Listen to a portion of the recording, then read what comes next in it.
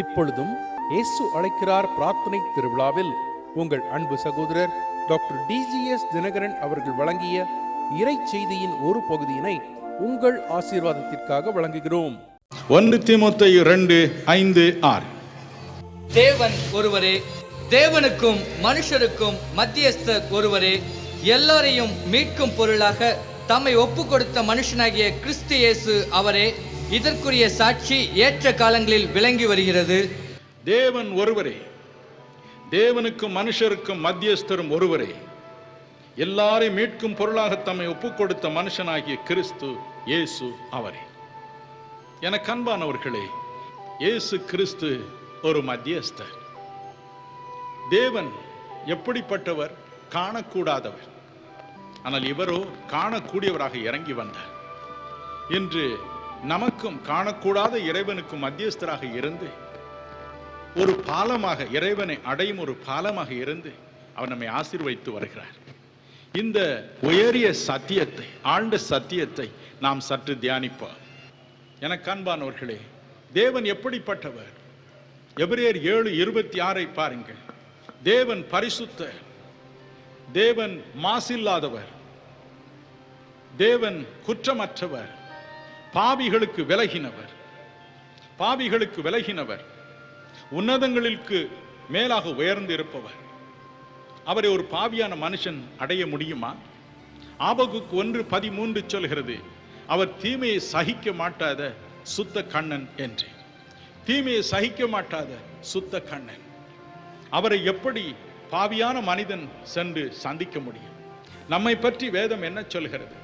ரோமர் 3:23 சொல்கிறது, எல்லாரும் பாவம் செய்து ஏகமாய் கெட்டு போனார்கள், நன்மை செய்கிறவன் இல்லை, ஒருவனாகிலும் இல்லை. 1 ராஜாக்கள் 8:46, பிரசங்கி 7:20, நீதிமொழிகள் 20:9 இவள் அனைத்தும் அப்படியே கூறுகின்றன. தேவனுக்கு முன்பதாக ஒருவனும் நீதிமான் இல்லை என்று சங்கீதம் 143:2 சொல்கிறது. அப்படியானால் தூய்மையான அவருக்கு, பரிசுத்தருக்கு, பாவிகளுக்கு விலகி நிற்பவருக்கு எப்படி மனிதனை கொண்டு சேர்க்க முடியும்? அதற்கு தான் இயேசு இறங்கினார். இயேசு தன்னை பற்றி என்ன சொன்னார்? யோவான் 8:46 பாருங்கள். இயேசு சொன்னார், என்னிடத்தில் பாவம் உண்டென்று உங்களில் யார் என்னை குற்றப்படுத்தக்கூடும்? யோவான் 19:4-6 சொல்கிறது, அவரை நியாயம் விசாரித்த நீதிபதியாகிய பிலாத்து சொன்னான், இவரிடத்தில் ஒரு குற்றத்தையும் நான் காணவில்லை என்று. 1 பேதுரு 2:22 சொல்கிறது, சரித்திரம் கூறுகிறது, அவரிடத்தில் ஒரு பாவமும் இல்லை, வஞ்சனை காணப்படவும் இல்லை என்று. ஆகவே பரிசுத்தராகி அவர் நமக்காக தேவனுடைய சமூகத்தில் மன்றாட தகுதி பெற்றவராக இருக்கிறார். மனம் கலங்காதிருங்கள். நமக்காக பரிசுத்தராகிய தேவனுக்கு முன்பதாக நின்று பரிசுத்தராக மன்றாடும் ஒரு மத்தியஸ்தர் தான் தேவகுமாரனாகிய இயேசு கிறிஸ்து. இதை அவர் எப்படி செய்தார்? நிரந்தரமாக நாம் தேவனை அடையும் ஒரு வழியை உண்டாக்கி அவர் சென்றார் என்று வேதம் சொல்லுகிறது. அவர் தேவனோடு கூட ஒரு உடன்படிக்கை செய்தார். எபிரேயர் 7:22 வசனம், 8:6 9:15 இந்த வசனங்களை வாசித்து பாருங்கள்.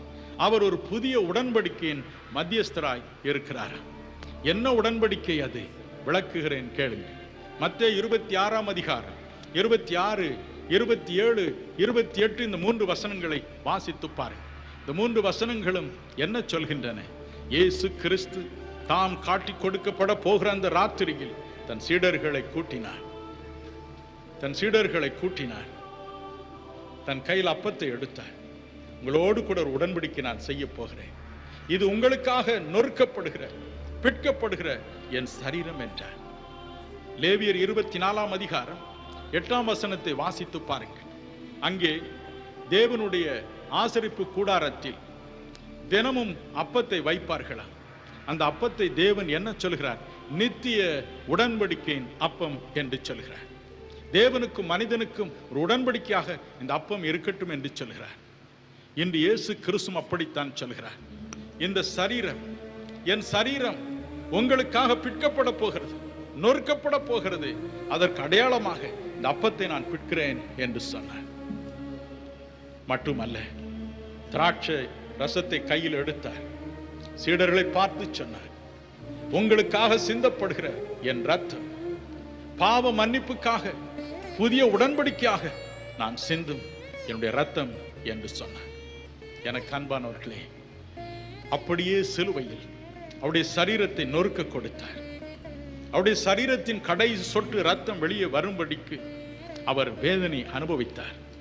யோவான் 19:34 சொல்கிறது, ரோம சேவகன் ஒருவன் ஈட்டினால் அவருடைய மார்பில் குத்தினான், கடைசி சொட்டு ரத்தமும் வெளியே வந்தது. காரணம் என்ன? லேவியர் 17:11 சொல்கிறது, எபிரேயர் 9:22 சொல்கிறது, பரிசுத்த ரத்தம் சிந்துதல் இல்லாமல் பாவ மன்னிப்பு இல்லை. வேதம் சொல்கிறது, மனிதனுடைய உயிர் ஜீவன் அவனுடைய ரத்தத்தில் இருக்கிறது. ஆகவே இந்த ரத்தத்தில் இருக்கும் பாவம் போவதற்கு ஒரே வழி, வேறொரு பரிசுத்தமான ரத்தம் சிந்தப்பட வேண்டும். தேவனை அன்றி பரிசுத்தர் யார்? ஆகவேதான் தேவாதி தேவன் மனு உருக்கொண்டு இயேசு என்ற பெயரில் இந்த உலகில் உலாவினார், நமக்காக மாம்ச ரூபத்தில் உலாவினார். ஆகவே இயேசு கிறிஸ்துவின் சரீரத்தில் சிந்தப்பட்ட ரத்தம் பரிசுத்தமான ரத்தம். அந்த ரத்தம் நம்முடைய பாவங்களை மன்னிக்கிறது. எனக்கு அன்பானவர்களே, 1991 ஆண்டு ஜனவரி மாதம் சென்னையில் இது போன்ற ஒரு கூட்டத்தில் நான் பேசிக்கொண்டிருந்த பொழுது, ஜெப விண்ணப்பங்களை போடும் பெட்டியில் இருந்து ஒரு பெரிய கடுதாசியை கொண்டு வந்தார்கள். அந்த கடுதாசியில் என்ன எழுதியிருந்தது தெரியுமா? ஒரு மனிதர் தன் பெயரை குறிப்பிடாமல் இரத்தத்தினால் எழுதியிருந்தார். சொந்த கையிலே ஒரு காயத்தை உண்டு பண்ணி அதிலிருந்து வரும் இரத்தத்தினால் எழுதியிருந்தார், ஐயா என் பாவங்கள் மன்னிக்கப்பட வேண்டும், ஐயா என் பாவங்கள் மன்னிக்கப்பட வேண்டும். அவ்வளவுதான் அதில் எழுதியிருந்தார். அதற்காய் ஜெபிங்க. அதுதான் அவருடைய விண்ணப்பம். எத்தனை பேர் இன்று அப்படி தவித்துக் கொண்டிருக்கிறார்கள் தெரியுமா? நடந்த ஒரு சம்பவத்தை நான் உங்களுக்கு சொல்லட்டும். பாவம் எவ்வளவு கொடியது என்பதை நீங்கள் அறிய வேண்டும். பாவம் மனதில் கொண்டு வரும் வேதனை எவ்வளவு கடினமானது என்பதை நீங்கள் அறிய வேண்டும். சிங்கப்பூர் நகரில் ஆஸ்திரேலிய நகரை சேர்ந்த ஒருவர் வாழ்ந்து கொண்டிருந்தார். அவர் தாய்லாந்தை சேர்ந்த ஒரு பெண்ணை திருமணம் செய்து வைத்திருந்தார். ஒரு நாள் அவருக்கும் அந்த பெண்ணுக்கும் பிணக்கு ஏற்பட்டது. ஆகவே அந்த பெண் தன் சொந்த ஊராகிய தாய்லாந்துக்கு போய்விட்டார்.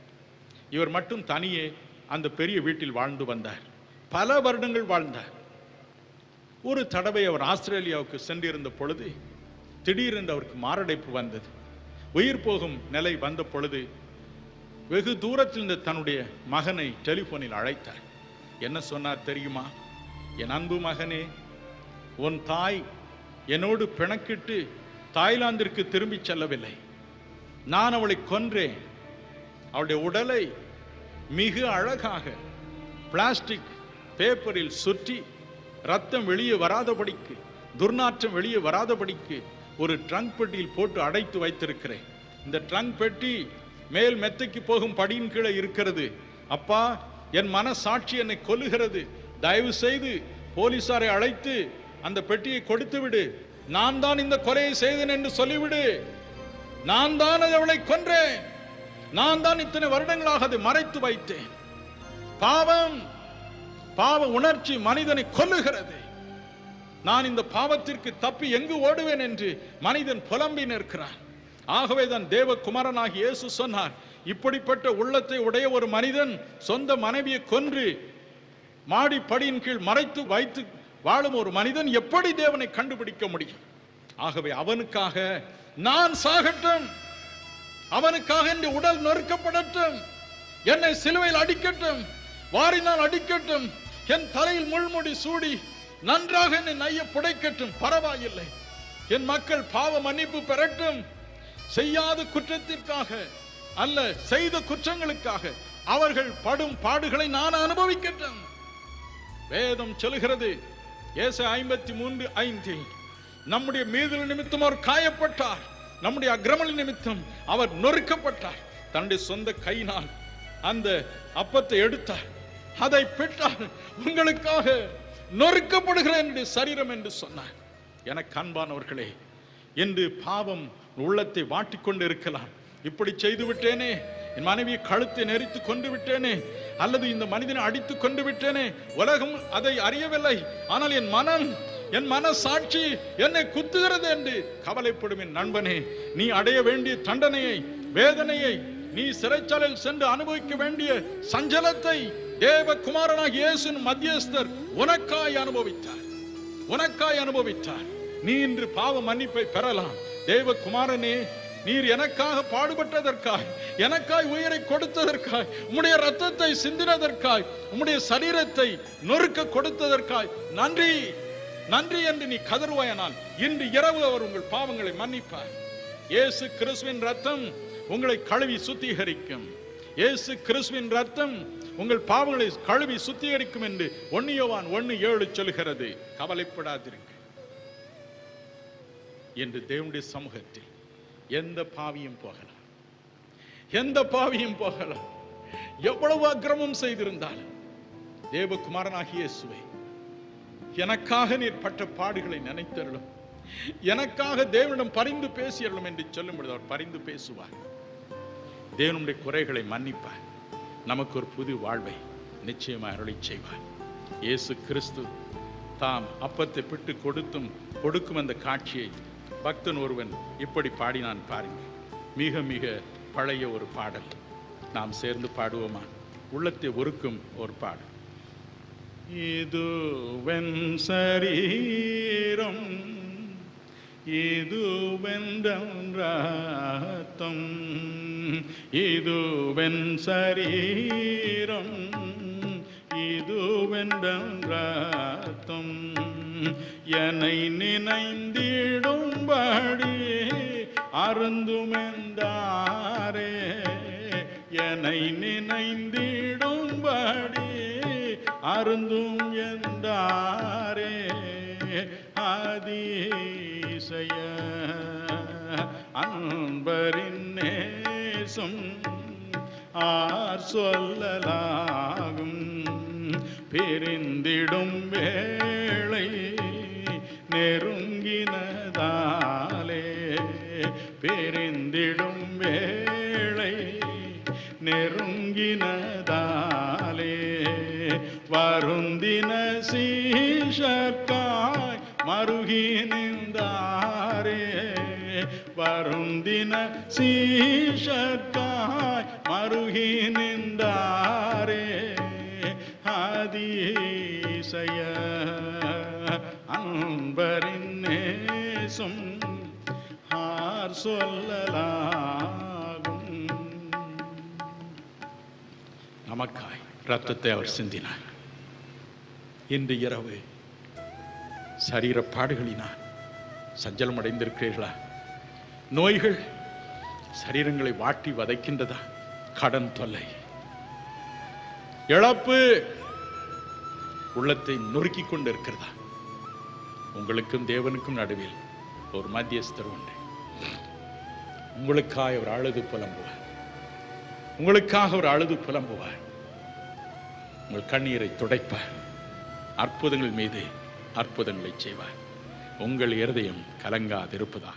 My precious friends, let me pray for you. விலையேற பெற்ற என் நண்பரே, உங்களுக்காக நான் பிரார்த்தனை செய்யட்டும். Father, பிதாவே, remember your children. உம்முடைய பிள்ளைகளை நினைத்தருளுவீராக.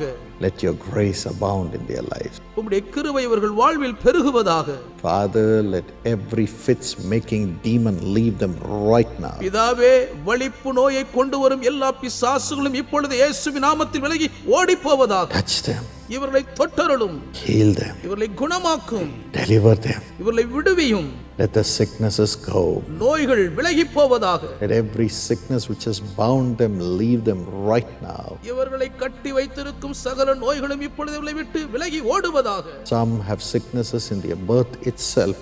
சிலர் பிறப்பிலிருந்தே வியாதியை உடையவர்களாய் இருக்கிறார்கள். Bless those children அந்த பிள்ளைகளை எல்லாம் ஆசீர்வதியும். and heal, Master. இப்பொழுதே அவர்களை குணமாக்கும் ஆண்டவரே. Let the heart be healed. எல்லா இருதயமும் குணமடைவதாக.